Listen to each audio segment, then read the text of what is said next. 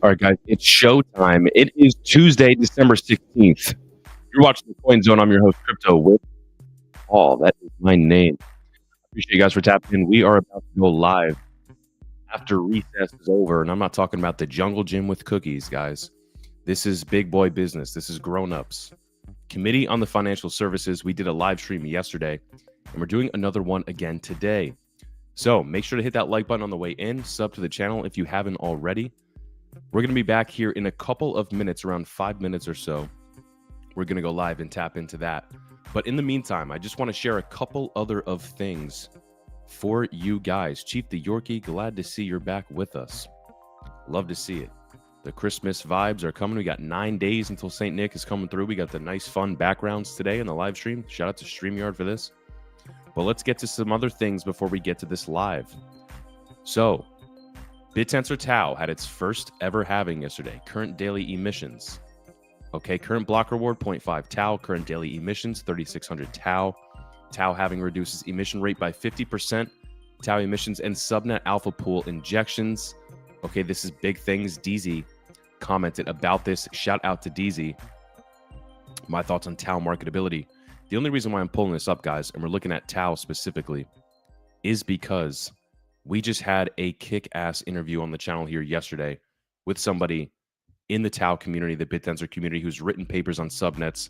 We discussed a ton of different subnets. If you want to learn more about BitTensor, stay tuned for that interview.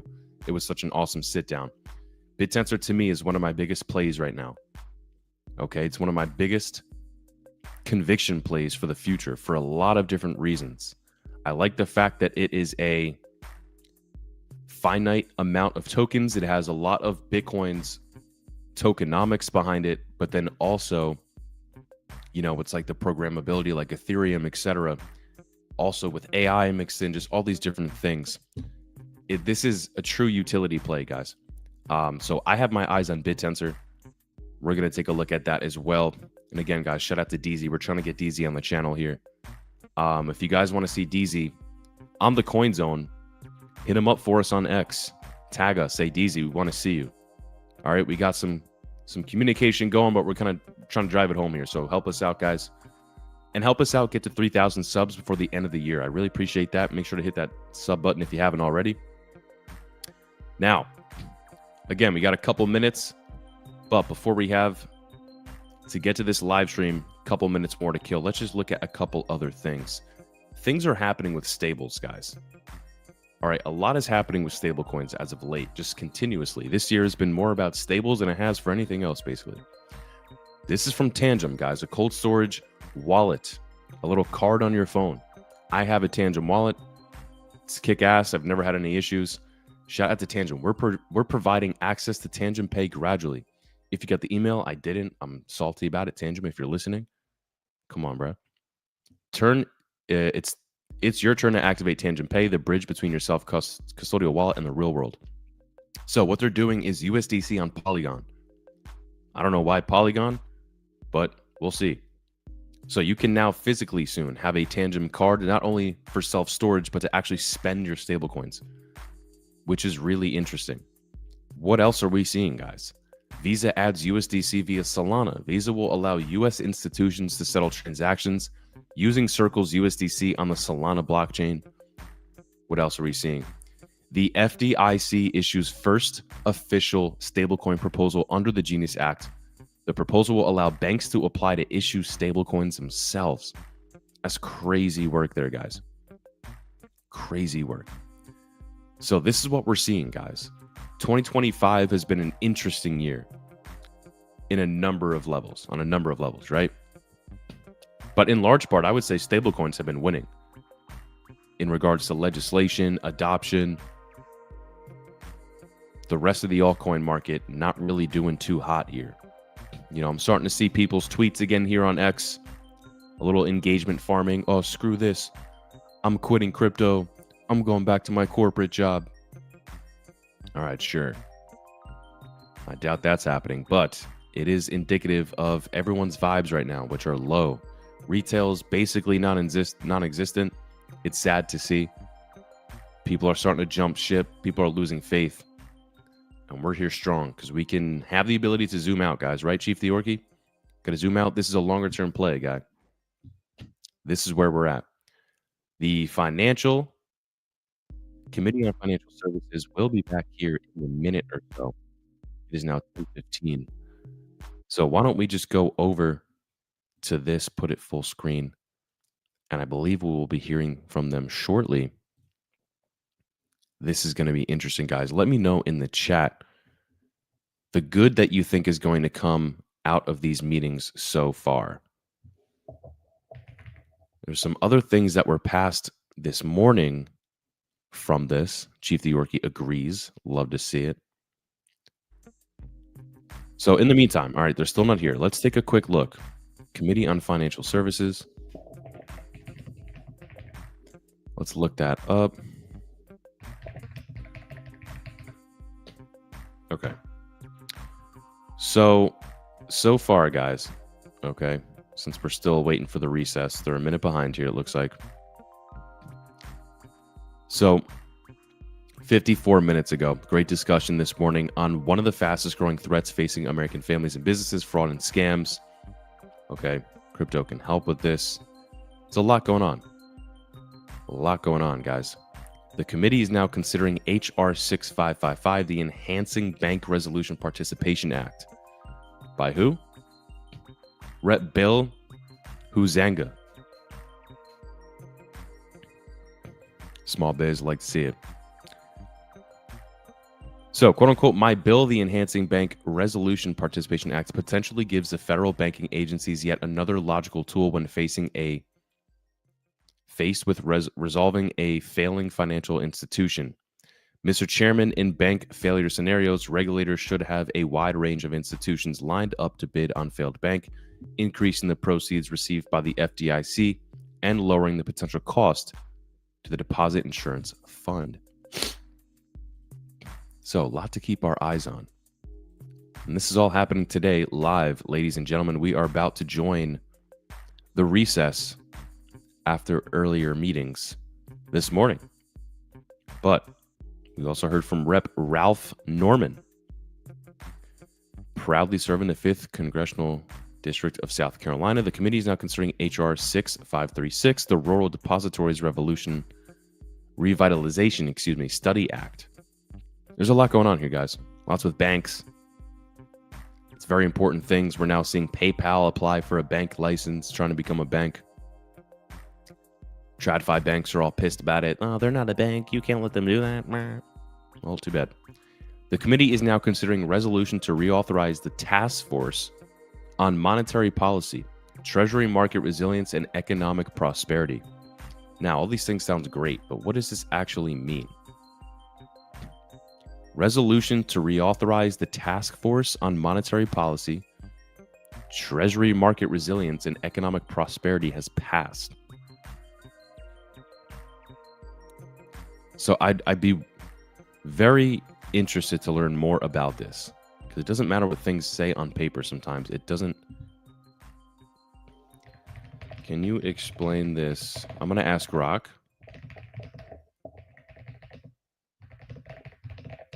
Down like I'm 5.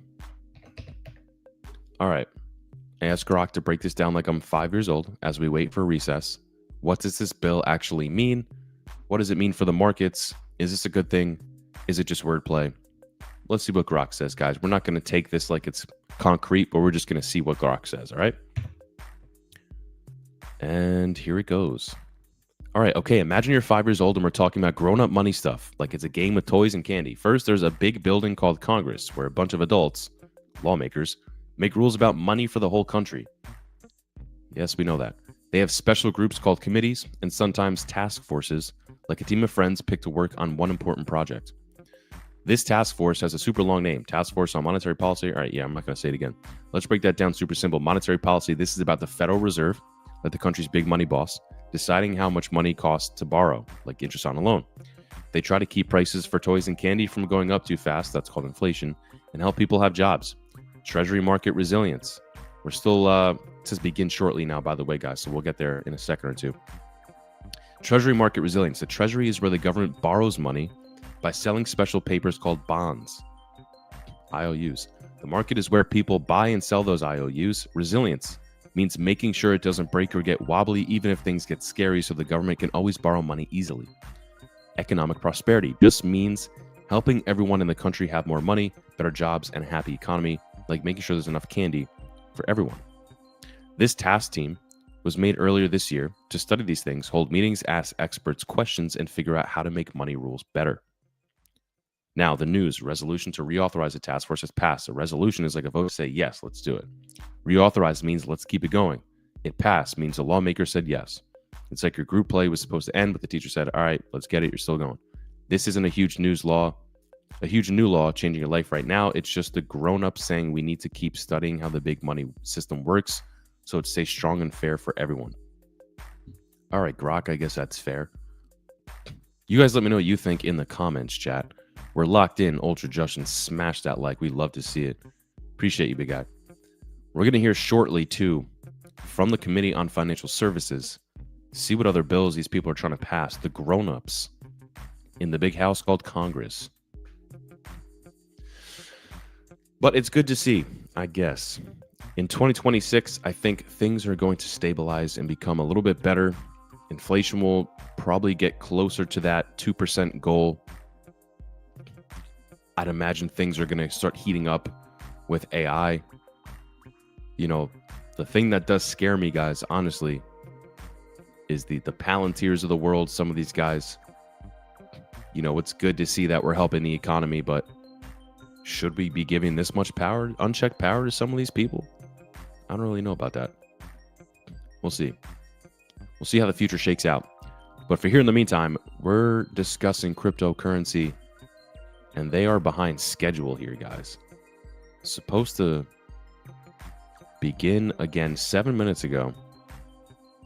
So we'll just keep it here. A lot of things happening so far with the financial services GOP. Glad we're going to be covering this live stream. Now, just getting back to it, guys.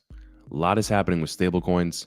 We covered a little bit on what's happening with BitTensor Tau because we just had an awesome interview with somebody in that community. This is also pretty bullish as well. Elon Musk said he's very bullish on Bitcoin. It's glad to see. Will Tesla start accepting it again? I don't know if they have already, but I don't believe so. Okay. Now, real quick, since we still have some time here, guys, this is something we've had entire live streams about. The Fourier cycle theory, is it dead? Was it driven by liquidity the whole time? We now have another big name to add to the list that is saying there's a super cycle, the Fourier cycles are dead. Fidelity, guys. And Fidelity has not been wrong. Fidelity's been mining Bitcoin since 2015. They've been ahead of the curve. We just did a clip of their CEO, Abigail Johnson, I believe her name was, saying that she owns Bitcoin. It's like a new savings account. She's right about that.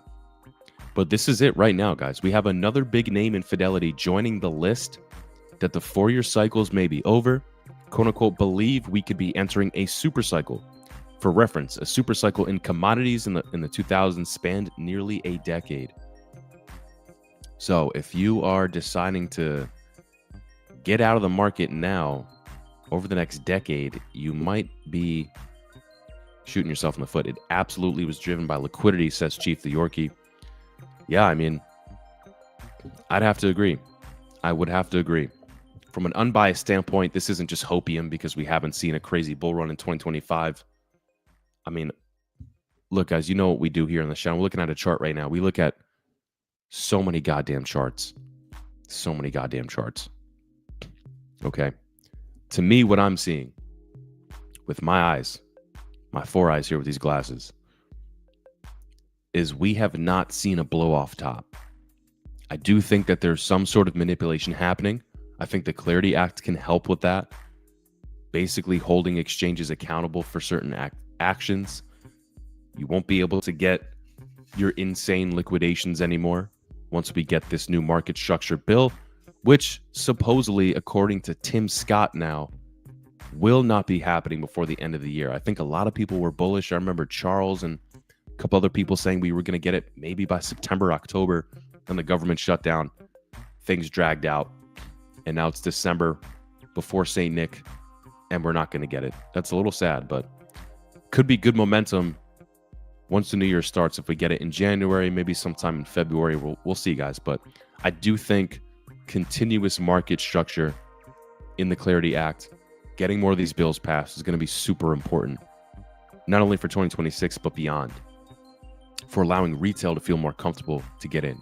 Institutions are starting to, pour in, but the more legislation they have, the more comfortable they can feel to make bigger moves, etc. You still have Michael Saylor going around globally meeting with Saudi Arabia princes, etc. We're talking a lot of money, guys, right? Bitcoin's future is pretty crazy, in my opinion. There's a couple problems it's going to have to solve, but I think it's going to be worked out. There's too many minds on this. There's too many brilliant minds on this. Just like Ethereum, guys. Ethereum has a ton of issues. Ethereum has went through forks, went from proof of work to proof of stake. Investors still like it. Just like Solana, guys.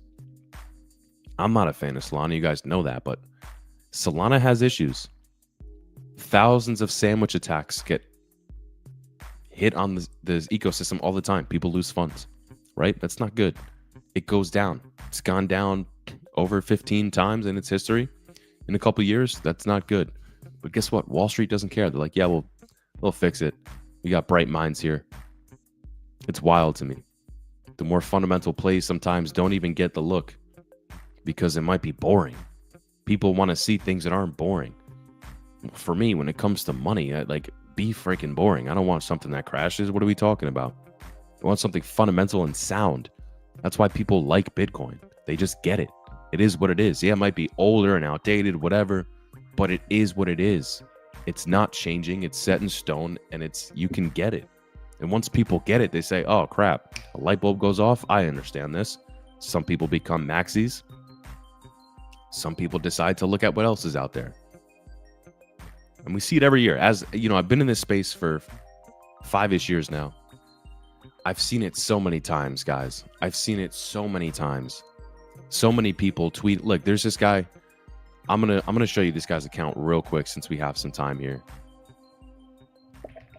This guy, I cannot. Oh, God damn it! Why can't I find his account? Wait, there it is. Okay, this guy right here, guys. I don't mean to put this guy on blast. For years, I've watched this guy shit on Bitcoin.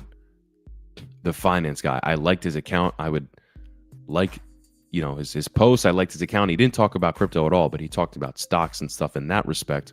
And I just want to expose myself to that information, learn a bit about that as well. This guy hated Bitcoin. Okay. And out of nowhere flipped. Now he only talks about Bitcoin. Look at this. His pinned tweet is a Bitcoin tweet now. In the past, whenever Bitcoin dropped like this, I would make fun of it being a quote unquote store value. I would think this would finally be the time Bitcoin would collapse. I was wrong every time. So this time I'm using this as a buying opportunity. Let's see. His latest post 38 minutes ago about Bitcoin. If you're buying gold or silver right now, you're way late to the party. The best asset to buy right now is Bitcoin. You will regret not buying the discount when we hit 200K. Don't be late to the party. That's crazy. Guys, this was an account who crapped all over Bitcoin for years. The amount of accounts that I see like this now are insane. Grant Cardone now completely switching. Oh, that's me. Completely switching his business model and strategy from being solely real estate to real estate and Bitcoin, working synergistically hand in hand. There's so many examples of this, guys. It's crazy. And, we're an altcoin channel here, but the drivers of altcoin season is liquidity and Bitcoin dominance and Bitcoin. So we have to talk about these things. Very exciting. Chief, Ultra Justin, I know we've talked about in the past before altcoins that we're excited about. But anything new you guys are looking at, let me know in the comments. Maybe we'll take a look at the chart on Coinbase here since we have some time. I don't know what the hell is going on here. We're in 15 minutes now. It's like Trump. Trump never goes to the podium on time. We'll see what happens. Let's just head over to Coinbase then, since we have some time. See what's going on in the markets today. It hasn't really been good this week, guys. Okay, Bitcoin's up 1%. Under 90K, though. We're at 87,000. ETH back under 3K. I mean, I got to be honest. Did I think I would see these prices right now going into 2026? Hell no. This is shocking to me, guys. It just goes to show you, no one has a crystal ball. All right. BNB up 2% on the day. Taking a look at everything else. Not really too much going on. ADA under 40 cents. Absolutely insane. Solana back at 127. So Solana dropped pretty low after achieving over 200, 250 back in January, almost a year ago now. So Solana's down 43% on the year. Let's take a look at Cardano. Cardano is down 64% on the year after seeing a high of around, what was it, 120 earlier on in the year. And this is the trend right now, guys. A lot of these projects, some top blue chip altcoins had really good rallies when Trump took over, etc. Midnight is doing okay. Yeah, it's around 6 cents or so. I mean, insane that it's basically almost a top 50 project in a week. I didn't expect that at all. Like I got to be honest, guys. I've invested in ADA projects before, native tokens. I might cool like 8x on SNEC. Okay, but this is insane to see Midnight just come out of nowhere, be a bigger project than Algorand, Caspa, all these projects in a week is absolutely insane. My dad asks me how Bitcoin is doing every day. Yeah, my mom does too. Not every day, but whenever there's something in the news, my mom kind of like asks me if I lost all my money. And I'm like, no, that's not how this works. Honestly, like I don't even care. I've said this on the channel before, guys. I don't even look at the price of Bitcoin. I don't really care. If I got money, I'll buy some. And I'll do that when it's higher, when it's lower. I don't care. It doesn't matter because in 10 years from now, it's going to be much higher. So it doesn't matter if I bought at 87,000 or 150 or 140, 180. I'll just buy it all. Doesn't matter. I'll get some whenever I can. And that is the goal. It's like a savings account, right? Whenever you have extra money, put in your savings. Yeah, great. That's Bitcoin, guys. But instead of going down every year with the savings account, ooh, 4% APY, yes. No, guys, your hurdle rate's 11% just in general, okay? If you want to beat out inflation, just to start there, your purchasing power goes down every year because the government prints money, and that's basically it. Even since 2020, your purchasing power is down over like 30%. Anthony Pompliano covered this recently. It's insane, guys. It's never going to stop. I think it's good to have an emergency fund in cash. To be honest, I'm opening up an Avi account, getting to that 9% APY just to have some cash on the side. That's important. You want to have that. But after that, like if you're just saving money in a bank account, I mean, guys, make sure to hit that that subscribe button, hit that like button here and stick with us because it's not serving you at all. It really isn't. So that's my 2 cents, guys. Bitcoin is a long-term savings account that I'm not touching.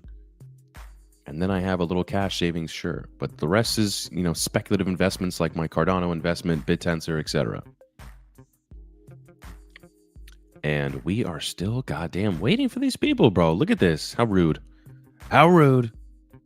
Yeah, but even Fidelity, guys, the 4-year cycles might be over. Raoul Pal has been all over everywhere as of late with this theory. He was kind of the first one, I feel like, to beat the drum, saying that the 4-year cycles are over. Now, I remember listening to not even a YouTube episode, a podcast episode he did on Spotify over 2 months ago, sounding the drum, beating the drum that the 4-year cycles were over.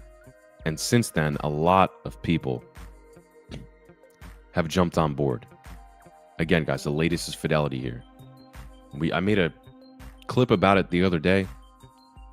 Tons of individuals on this list. Lynn Alden, Grayscale, Young Hoon Kim, the highest IQ holder in the world. A lot of people think that, we're not going into a bear market. We're hitting a super cycle and things are going to change. I'd like to believe it. Not just because of hopium, but it kind of makes sense. And if you look at the charts, and I mean, it's just all about liquidity. And we just saw quantitative easing happening with Jerome Powell. I mean, it is what it is, guys. That is basically what is happening. Another good statement from Donald Trump. I know Caroline Levitt will be speaking later. I saw J.D. Vance speaking earlier today about Trump's economy. So lots happening right now.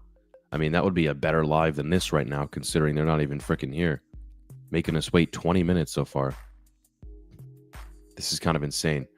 But take a look at this, guys. From Altcoin Daily, President Donald Trump, I will make sure the U.S. is the crypto capital of the world. Yeah, we've heard that about 100 times.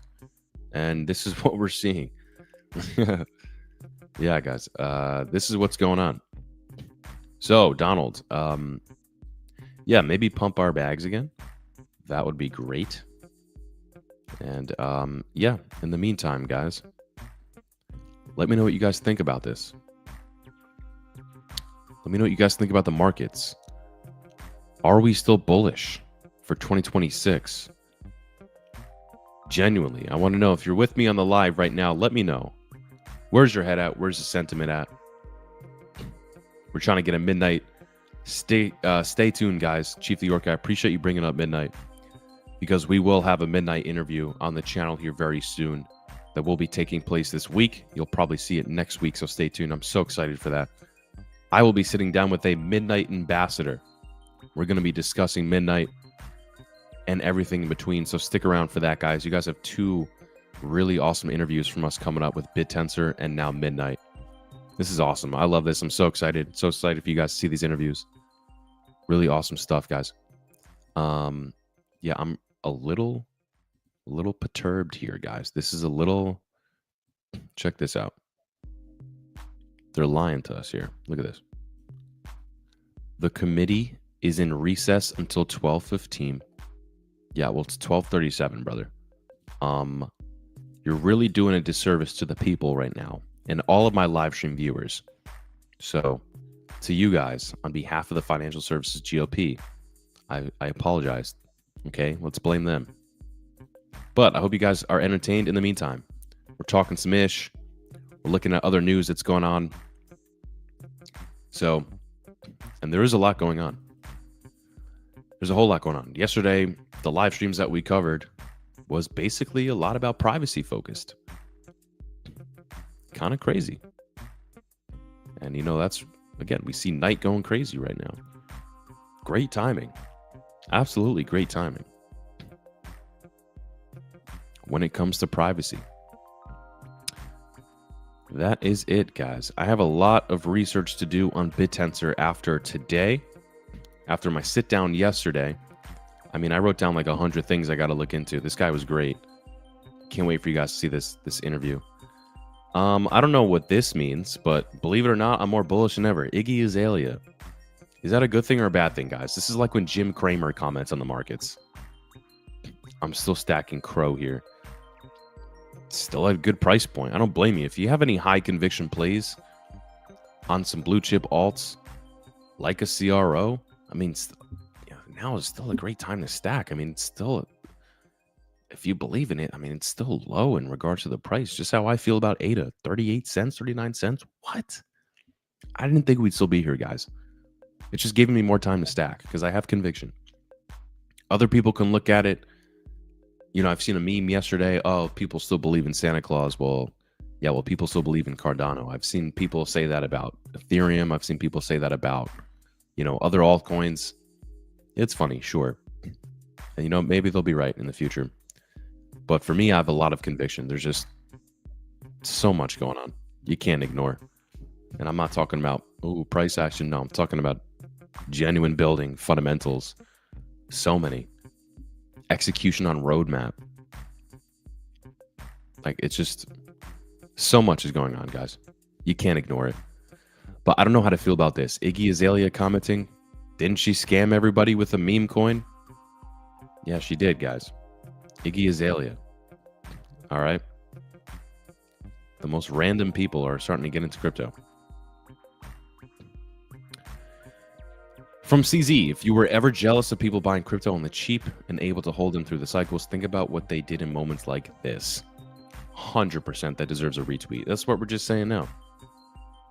If you guys think that this is here for the future, why aren't you buying at moments like this? Again, this is never financial advice in this channel, guys. Don't hold me to it. But that's my 2 cents. If you were, and he put it perfectly, you ever jealous of people who you see who made money on crypto? Which it can be few and far between. A lot of people just lose money, don't have patience, trade, gamble, etc. But let's read this again. If you were ever jealous of people buying crypto on the cheap and able to hold them through the cycle, think about what they did in moments like this. Don't let these moments pass you by, guys. And we might let this moment pass us by because where the frick are these people, guys? We've been here for what? 30 minutes on this stream waiting for these guys. This is insane. I'm about to write a letter and say, you know what, guys? This is insane. You guys are a bit behind. Actually, we might be a bit behind. Yeah. Yeah, still not live. We're live here with this. And yeah, they're just making us wait here. This is pretty crazy. I don't know where they're at here. Committee on Financial Services. Because we are live. And this is just not. Yeah, we're not. We're not, guys. So, I'll try to keep you entertained in the meantime. What are we looking at in the markets? Ultra Justin still stacking CRO. Now, we did a live. The live we did yesterday was honestly pretty interesting. I did a live yesterday about what the sentiment is in regards to crypto companies, normal traditional media companies. What are they looking at? Ooh, 2026 altcoins. You saw a lot of the typical, guys. You saw a lot of everything in the top 10. BNB, Ethereum, Solana, XRP, Cardano. We saw a lot of those. Not shocked. But then we saw some interesting ones. Aerodrome was mentioned a couple times. Arbitrum, I think it was. Arbitrum was mentioned a couple of times. Now, you guys, let me know how you feel about Arbitrum. That does not look good. But there were some interesting projects that were mentioned in this. And then I think there was some shilling going on. But either way, guys, very interesting to see. And we're still waiting. This is crazy.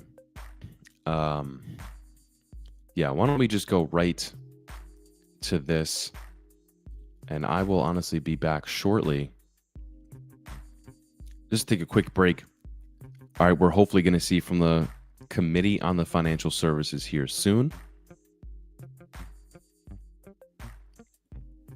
And I guess we'll wait for it.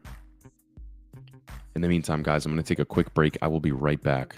I'll see you in 2 seconds.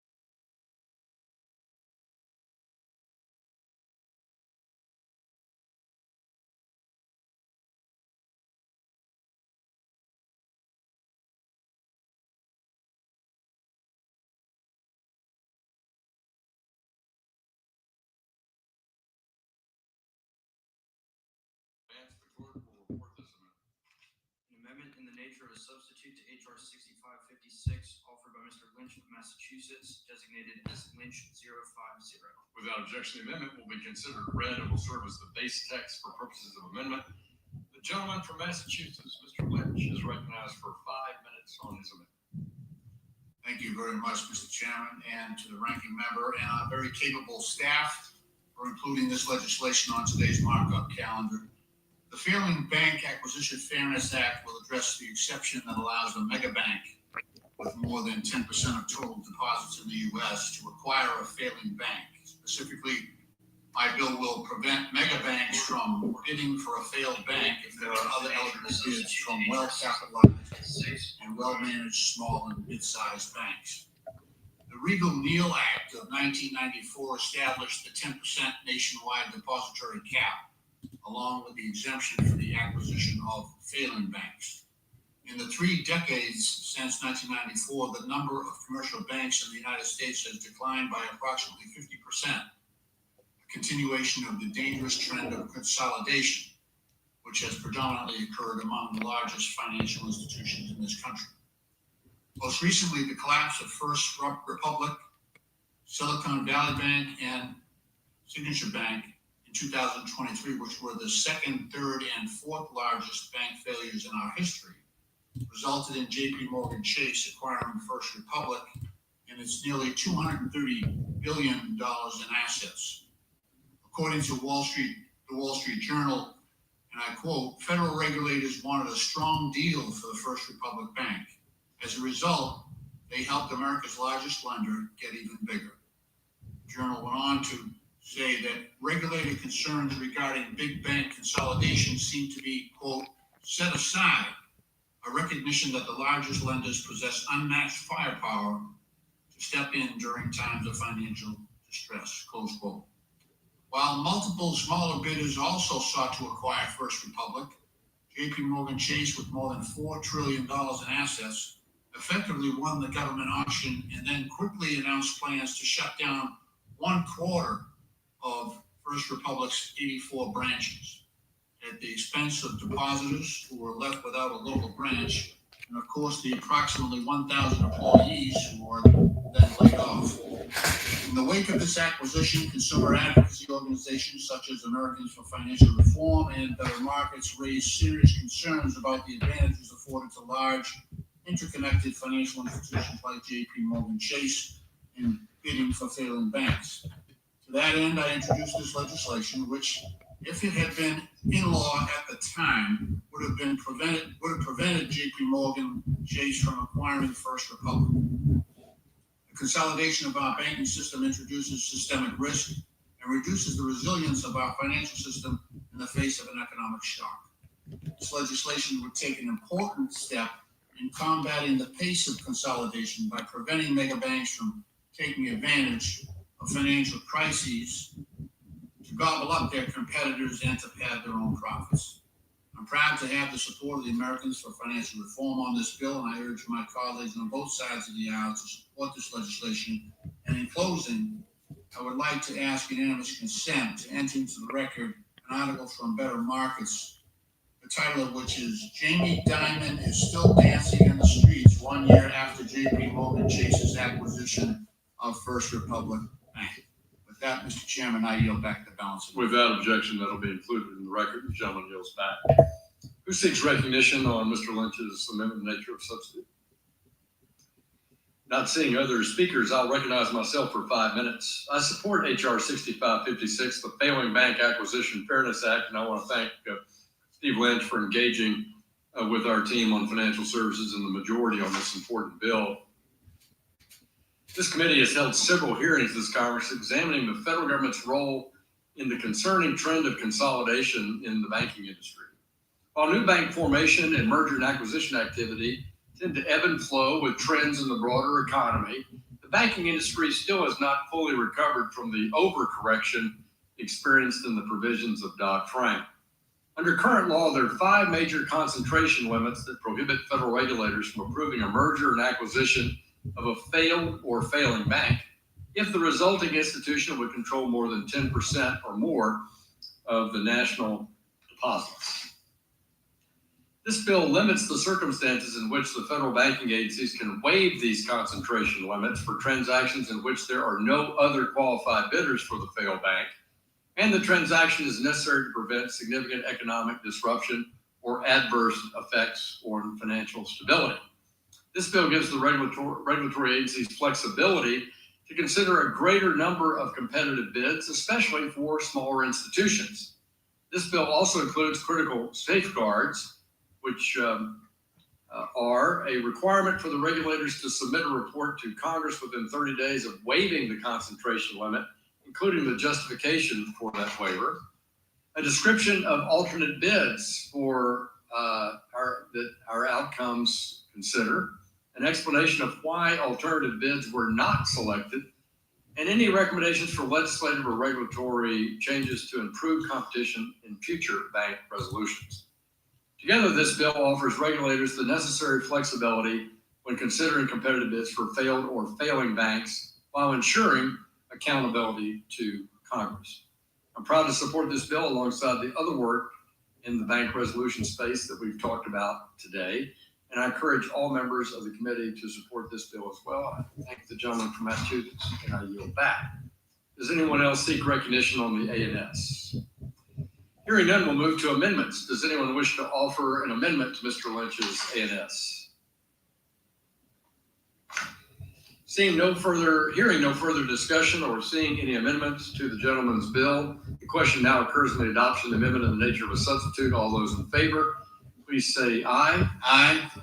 All those opposed signify by saying nay. In the opinion of the chair, the ayes have it, and the amendment is adopted. The question now occurs on ordering the bill as amended to be reported to the House with a favorable recommendation. Those in favor shall signify by saying aye. Aye. All those opposed signify by saying nay. In the opinion of the chair, the ayes have it. Mr. Chairman, I request that call be as nays. Gentleman from Massachusetts requests a recorded vote. All those in favor of recorded vote, raise your hand. A sufficient number having raised their hand, a recorded vote is ordered pursuant to subsection C5 of Rule 3 of the committee rules. The vote on this question is postponed. We'll now move to the next measure. Thank you.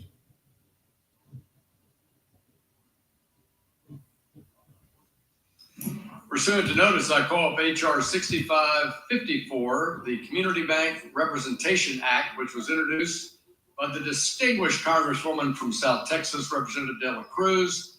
Clerk will report the bill that was distributed in advance. HR 6554, to amend the Federal Reserve Act to specify additional responsibilities of the member of the Board of Governors of the Federal Reserve System who was appointed as a member with experience working in or supervising community banks and for other purposes. Without objection, the bill is considered read and open to amendment at any point. Representative Dela Cruz has an amendment in the nature of a substitute, copies of which have been distributed in advance. The clerk will report that amendment. An amendment in the nature of a substitute to HR 6554 offered by Ms. Dela Cruz of Texas, designated as Dela CR 056. Without objection, the amendment is considered read and will serve as base text for the purposes of amendment. The gentlelady from Texas, Ms. Dela Cruz, is recognized for 5 minutes. Thank you, Mr. Chairman, for bringing up my bill, HR 6554, the Community Bank Representation Act. This important piece of legislation ensures that the community bank representative on the Federal Reserve Board has a strong voice in the supervisory and regulatory decisions impacting the 3,300 plus community banks the FRB supervises. As a former small business owner, I know just how vital our community banks are. They are the pillars of our community and often the lifelines that spur economic growth and job creation. Since 2014, the Federal Reserve Board of Governors has been required to have at least one member with primary experience relating to community banking. This important addition was a bipartisan decision that Congress made to ensure the FRB's governance structure supports informed decision-making specific to the needs of community banks. HR 6554 builds off this by strengthening the community bank representative's voice.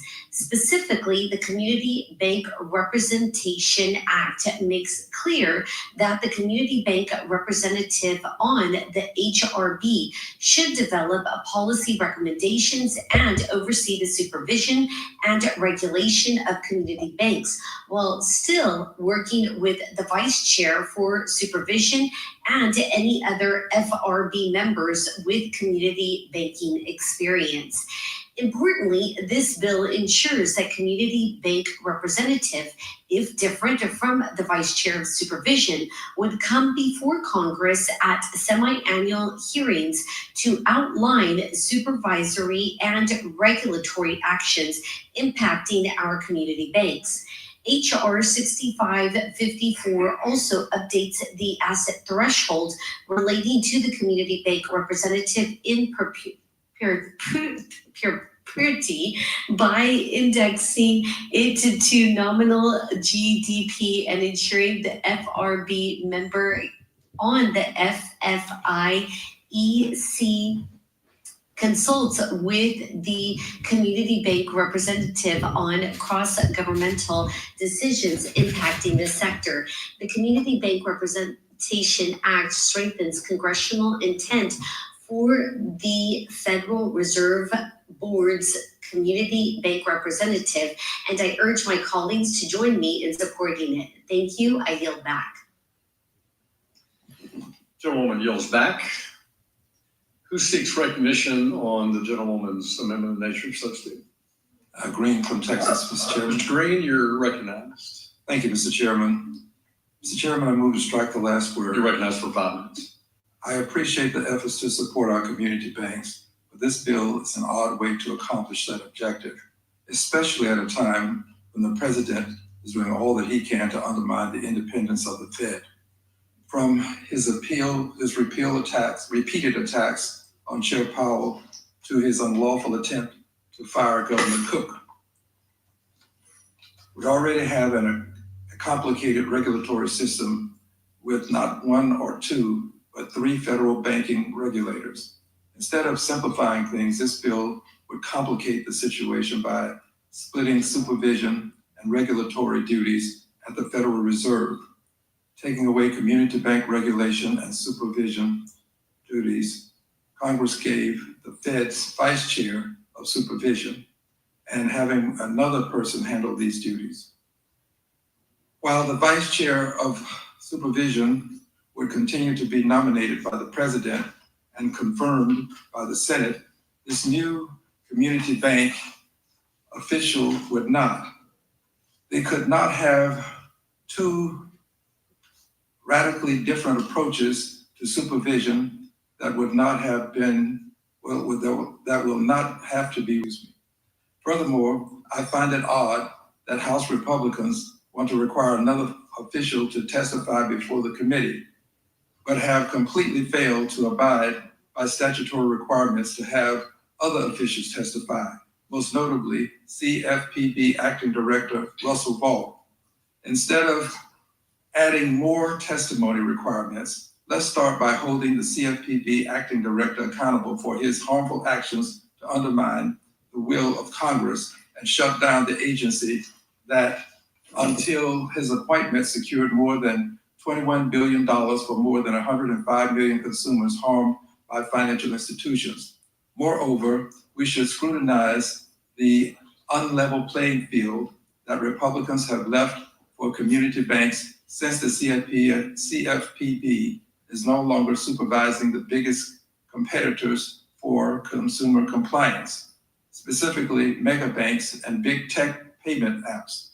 I urge members to oppose this bill, and I yield back. Gentleman yields back. Who seeks recognition on the gentlewoman's amendment of nature of substitute? Seeing no other discussion, I'll recognize myself for 5 minutes. I support HR 6554, the Community Bank Representation Act, as introduced by Representative De La Cruz of Texas. This bill ensures community banks have true representation on the Federal Reserve Board by formalizing the role of the community bank representative. And I know all of our members know that we have a community bank representative as a governor on the Fed board. In overwhelmingly bipartisan fashion in 2014, Congress took the step to require at least one member of the Federal Reserve Board to demonstrate that primary experience in working in or supervising community banks. However, the specific role of community bank resolution in overseeing and regulating community banks was never clearly defined, even though the vast majority of banking organizations that the Fed oversees are those community banks. That's why my Making Community Banking Great Again principles last year highlighted the need to strengthen the role of the community bank representative, so that when the board conducts supervision and crafts regulations that affect community banks, it hears directly from the governor with real community bank experience. This bill delivers that clarity and ensures the community bank representative takes a lead role in the supervision of community banks. Currently, only the vice chair for supervision is given a statutory role in overseeing supervision and regulation at the Federal Reserve Board, including policy recommendations to the board and testifying twice a year before House Financial Services and Senate banking committees on the Fed supervisory program.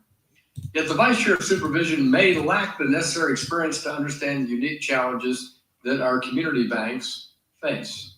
This bill takes the important step of ensuring the community bank representative works with the vice chair to issue policy recommendations to the full board on the supervision and regulation of community banks. It also ensures that the Congress will get to hear semi-annually from community bank representative on the supervision and regulation of community banks as well.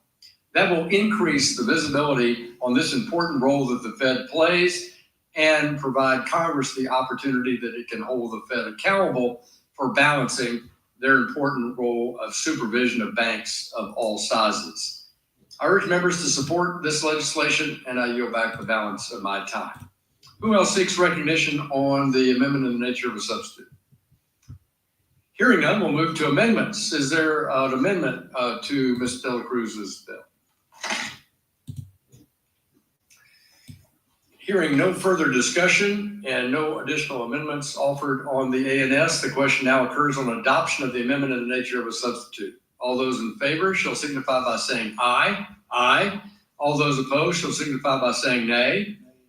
In the chair, the ayes have it, and the amendment is adopted. The question now occurs on ordering the bill as amended to be reported Mr. Chair. to the House. Just a moment, gentlemen. The question now occurs on ordering the bill as amended to be reported to the House with a favorable recommendation. Those in favor shall signify by saying aye. Aye. All those opposed signify by saying nay. In the chair, the ayes have it. For what purpose does the gentleman from Texas seek recognition? Mr. Chair, I would like to request a recorded vote. A recorded vote has been requested. All those in favor of recorded vote, raise your hands. A sufficient number having raised their hand, recorded vote is so ordered. Pursuant to subsection C5 of Rule 3 of the committee rules, the vote on this question is postponed. We'll now move to the next measure.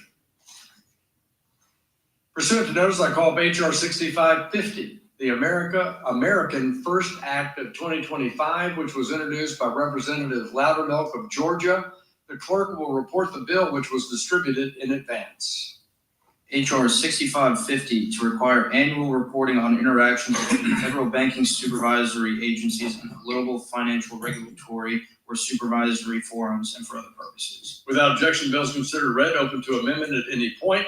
Representative Loudermilk has an amendment in the nature of a substitute, copies of which have been distributed in advance. The clerk will report that amendment. An amendment in the nature of a substitute to HR 6550 offered by Mr. Loudermilk of Georgia, designated as Louder 028. Without objection, the amendment is considered read and will serve as base text. For the purposes of amendment, the gentleman from Georgia, Mr. Loudermilk, you're now recognized for 5 minutes to discuss your amendment. Well, thank you, Mr. Chairman. I speak today in support of my bill, HR 6550, the America First Act. My bill would simply require the Federal Reserve Board, Office of the Comptroller of the Currency, and the FDIC to include their interactions with global financial regulatory or supervisory forums like the Basel Committee on Banking Supervision in their annual reports to Congress. This bill would ensure accountability to Congress and to the American people. As part of their congressionally authorized duties, federal financial regulators must sometimes engage with foreign counterparts due to the interconnectedness of global financial system. However, the outcome of these interactions are non-binding agreements that reflect partisan priorities and impose domestic regulations under the guise of international cooperation. Federal financial regulators are bound by U.S. laws and cannot and should not be permitted to commit the American people to international agreements or frameworks without transparency and congressional oversight. This is not a radical proposal. HR 6550 would not have any impact on federal regulators' abilities to meet with their counterparts, negotiate, and provide their insights. It will not interfere with the constitutional role of the executive branch in conducting international negotiations. Instead, it will simply require that Congress is given a transparent accounting of these interactions instead of being left in the dark while regulators make binding policy agreements that may or may not have the American people's best interest in mind. During the Biden administration, we saw America's banking regulators push highly partisan environmental, social, and governance policies, reversing long-standing efforts to be objective. The America First Act will continue the work to depoliticize banking regulation, remove unnecessary political influence from the financial supervisory regime, and restore transparency and accountability to our financial system. This is a common sense bill that ensures our prudential regulators are putting the American people first and their interests first when interacting with global governance bodies. Transparency here is essential and should not be controversial. I urge my colleagues to support the bill, and I yield back. Gentleman yields back. Who seeks recognition? Green from Texas, Mr. Green Chairman. from Texas. You're recognized. I move to strike the last word. Recognized for 5 minutes. While the sponsor of this bill may have entitled it America First, the bill's approach will put America last when it comes to undermining the U.S. regulators working through international coordinating bodies. It is imperative that we support efforts by our regulators to collaborate with foreign counterparts to address real threats to financial stability, like climate-related risks, and otherwise advance U.S. interests in forums like the Financial Stability Board and Basel Committee. This bill ignores that Congress gets regular updates from these agencies about international work in their annual reports and when we have their leaders testify before the committee. Unfortunately, this bill has such extensive reporting requirements that it will likely chill candid conversations that our regulators should be having in these forums. Moreover, if Republicans want to put America first, then why have done little to hold the administration accountable for their $40 billion bailout of Argentina while the US government has shut down? Where is their bill to require extensive reporting of that deal, which puts US taxpayers at risk? I urge members to oppose this misguided bill, and I yield back. Gentleman yields back. Seeks recognition. Gentleman from Tennessee. I move to strike the last word. Gentleman is recognized for 5 minutes. Thank you, Mr. Chairman. I move, or the American Financial Institution Regulatory Sovereignty and Transparency Act, or the American First Act, addresses a critical gap in congressional oversight of our financial regulatory system. For too long, our federal banking agencies have participated in international forums like the Basel Committee, the Financial Stability Board, the Bank for International Settlements, and the Network for Greening the Financial System with minimal transparency to Congress and the American people. These forums make recommendations that often become the basis for regulations affecting every bank, credit union, and financial institution in this country. Yet Congress has had limited visibility into how our regulators engage with these bodies, what positions they take on behalf of the United States, and how international agreements translate into domestic policy that impacts Main Street businesses and consumers. The consequences are real. When Basel III capital requirements were negotiated internationally, American community banks and regional institutions faced compliance burdens that their foreign competitors did not. When the Financial Stability Board discusses systemic risk frameworks, those discussions can result in regulations that affect lending in Tennessee and across rural America. The American First Act changes that by requiring comprehensive transparency. This bill requires the Federal Reserve Board, the Office of the Comptroller of the Currency, and the Federal Deposit Insurance Corporation to provide detailed information in their annual reports on their interactions with global financial regulatory forums. This information must include which forums our regulators participate in, what positions they take on behalf of the United States, what policies are being adopted, and most importantly, economic impact analyses showing that implementation costs are justified by real benefits to American economic interests, national security, or financial stability. Additionally, the bill expands the Federal Reserve's existing biannual testimony requirement before this committee to include detailed reporting on these international engagements. This is about accountability and, yes, sovereignty. When international bodies recommend capital requirements, liquidity standards, or climate-related disclosures that become regulations, the American people and Tennesseans deserve to know how these recommendations become binding on their local communities. They deserve to know whether the costs imposed serve American economic interest or simply check boxes for international bureaucrats who have never set foot in Tennessee's 6th congressional district. Congress holds the constitutional authority over financial regulation in this country. Our financial regulators work for the American people and answer to this Congress, not to unelected officials in Basel, Switzerland. The American First Act ensures that principle applies even when they sit at international tables making decisions that affect American financial institutions and the families and businesses that they serve. I thank my colleague, Mr. Loudermilk, for introducing this important legislation, which I have agreed to co-sponsor, and I urge my colleagues to join me in supporting this common sense transparency measure. With that, Mr. Chairman, I yield back the balance of my time. Gentleman yields back, who seeks recognition. Gentleman from Nebraska, the chairman of our Housing and Insurance Committee, Mr. Flood. Yes, Mr. Chairman, I move to strike. Thank you, Mr. Chairman. I support the American Financial Institution Regulatory Sovereignty and Transparency Act sponsored by Representative Loudermilk, and I am proud to be an original co-sponsor of the legislation. This bill includes a series of common sense provisions that would give Congress and the American people more insight into our regulators' interactions with global financial, regulatory, and supervisory forums. Among other things, components of my legislation from last Congress, the International Transparency and Accountability Act, is included in this bill.